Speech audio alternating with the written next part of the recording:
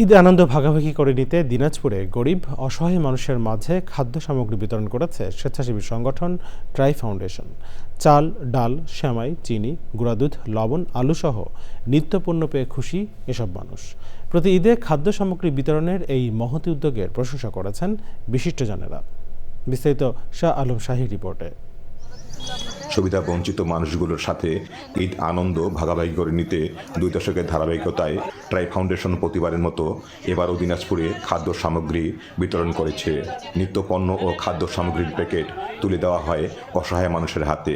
আমরা ঈদে যে পাইলাম আমরা খুব খুশি। ঈদের ভিতরে সুন্দর আনন্দ করে খাবো বাচ্চা কাচ্চা নিয়ে, এই জন্য আমরা খুব খুশি। তো আমরা এটার জন্য সব বাচ্চা কাচ্চা নিয়ে আমরা সুন্দরভাবে ঈদ উপলক্ষে আনন্দ করি। এই যে ঈদের আমরা খাওয়া পাইলাম, পাই, এবারও পাইছি। আমি চাই এটা সবাই যেন পায়। ট্রাই ফাউন্ডেশনের মহতি উদ্যোগকে সাধুবাদ জানিয়েছেন বিশিষ্টজনেরা। ঈদের এই খুশিতে বিশেষ করে সবাইকে একসাথে একত্রিত করার যে উদ্যোগ, আমি এই উদ্যোগকে স্বাগত জানাই এবং আগামীতেও এইভাবেই এই প্রতিষ্ঠান চলবে আমি বিশ্বাস করি। সামনে ঈদ উল ফিতরের উপলক্ষে আমরা ট্রাই ফাউন্ডেশন চেষ্টা করেছি সকল মানুষকে নিয়ে একসাথে ঈদ করা। তারই জন্য আমাদের ছোট্ট একটি সহযোগিতা। ঈদ উল ফিতর উপলক্ষে ট্রাই ফাউন্ডেশন বিতরণ করতেছে, ঈদ সামগ্রী বিতরণ করছে, এটা খুবই ভালো উদ্যোগ।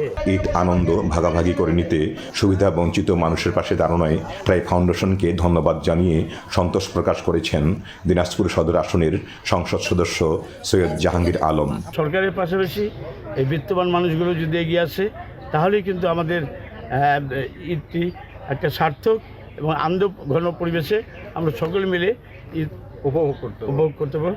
ভবিষ্যতেও নানাভাবে সহায়তা কার্যক্রম নিয়ে সমাজের সুবিধা বঞ্চিত মানুষের পাশে থাকার কথা জানিয়েছে ট্রাই ফাউন্ডেশন। দিনাজপুর থেকে শাহ আলম শাহী, চ্যানেল আই। বিকাশ পেমেন্টে 10,000 টাকার বেশি অফার। শপিং চলছে তো।